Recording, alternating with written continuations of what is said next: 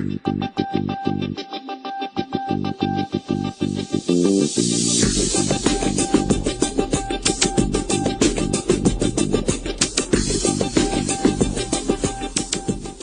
and welcome back to Day 4 of the Course in Mastery.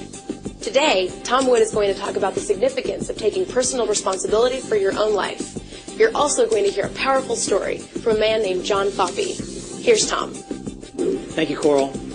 Years back, I was involved in a project where we studied the best rock climbers in the world. We had exclusive access to top-ranking rock climbers, anywhere from being ranked number 1 to number 10 in the world. We studied what made them different than all the other rock climbers in the world.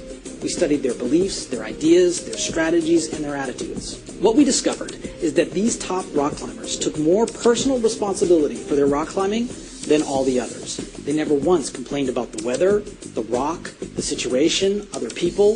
They always believed that it was up to them. Think back at a time when you achieved something.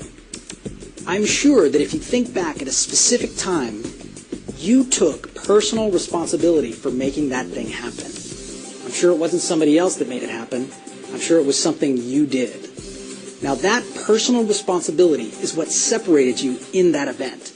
That personal responsibility can also separate you in every other aspect of your life. It's about taking responsibility first before having that great success. What I'd like you to discover today is that taking personal responsibility changes everything in every area of your life. Not just the times when you succeeded, but even the times you fail. Think of every aspect in your life you want to improve.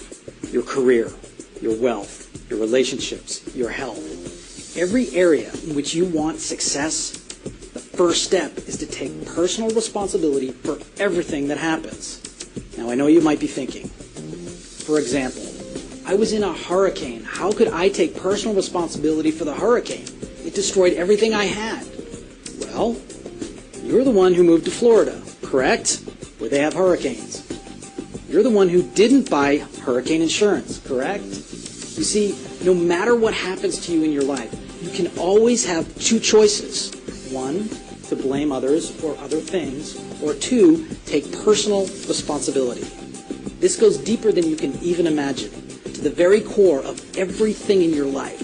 If you take personal responsibility, things start to happen. Think of every area in your life that you want to improve. Your health, your fitness, your relationships, your career, your wealth. In each area, you must take personal responsibility for the success and failure. Now think about this. If you're in a hurricane that wipes out your home and bankrupts you, can you take personal responsibility for that? Now I know what you're thinking. It's a hurricane. You didn't do it. Well, you can take personal responsibility for living where you live, for having insurance or not having insurance, and for doing what you need to do after the hurricane is there. That's the kind of responsibility we're talking about. The dramatic difference of people who complain about the weather or about politics or about the economy to those who take personal responsibility is incredible. Now this final part about taking personal responsibility is sometimes the most difficult, especially for high achievers.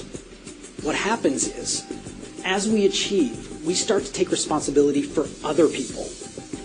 And the most important thing you can do is to allow other people to take personal responsibility themselves. For example, if you've had a lot of success in your life and you want your children or your employees or your friends to have the same success, you don't want to do things for them. Allow them to take personal responsibility themselves. This is the true mark of someone who's taken personal responsibility. And finally, if you're a teenager and you're watching this and you think, oh, this is just for adults because my parents won't let me do this or my teacher won't let me do that, that's baloney and you know it. You can take personal responsibility for your life. You're the one who suffers the consequences when you make a bad decision. You know that. Take personal responsibility and things change in a big way. That's it for today. We'll see you tomorrow. Thanks, Tom. Today's story is from John Foppe, a man born without arms who had to take personal responsibility for himself despite his handicap in order to live an independent life. Here's John Foppe and the people who love him most to recount his story. As a child, even though he learned to do many things with his feet, he still depended heavily on his family to help him. Until one day, his mother laid down the law. By now, she had 8 sons, and she was determined that John was going to be treated as just another one of the boys. Now, I don't know how it is in your house, but in my house, my mom makes the rules. And in my house, my mom changes the rules. She changes them anytime it's convenient to do so. Can you all relate? She called a meeting with my brothers. I wasn't invited, didn't even know it had happened. She told my brothers that they were no longer allowed to help me in any way, shape, or form around the house. John needed help getting that plate down from the cabinet. Let him do it himself. He breaks every plate in this house fine. At 10 years old, I still needed my brother's help to get dressed before going off to school in the morning. She said, let him run around this house naked. He won't go to school.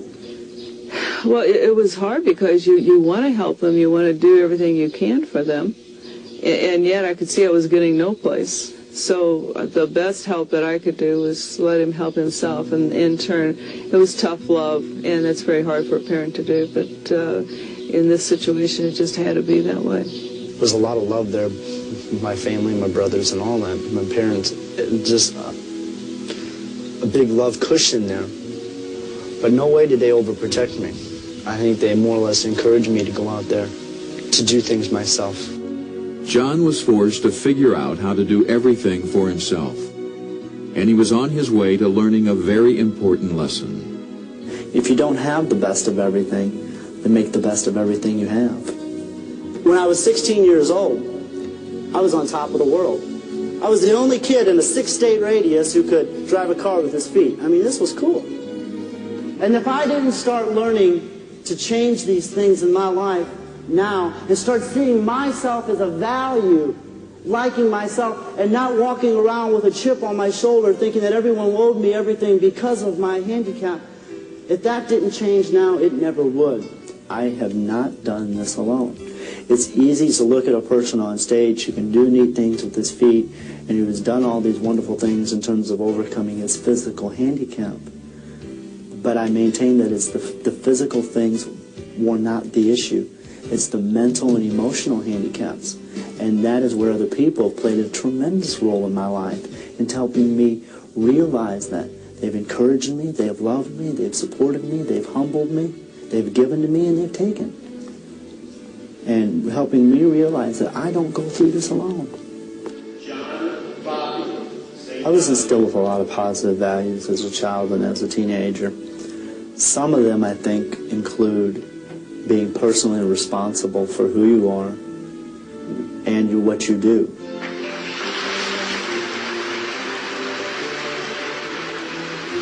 That your actions do have outcomes, and that I had to be responsible for that. That's it for day 4. Tomorrow's lesson is less about what you know and more about who you know, but it's not what you're thinking. See you tomorrow.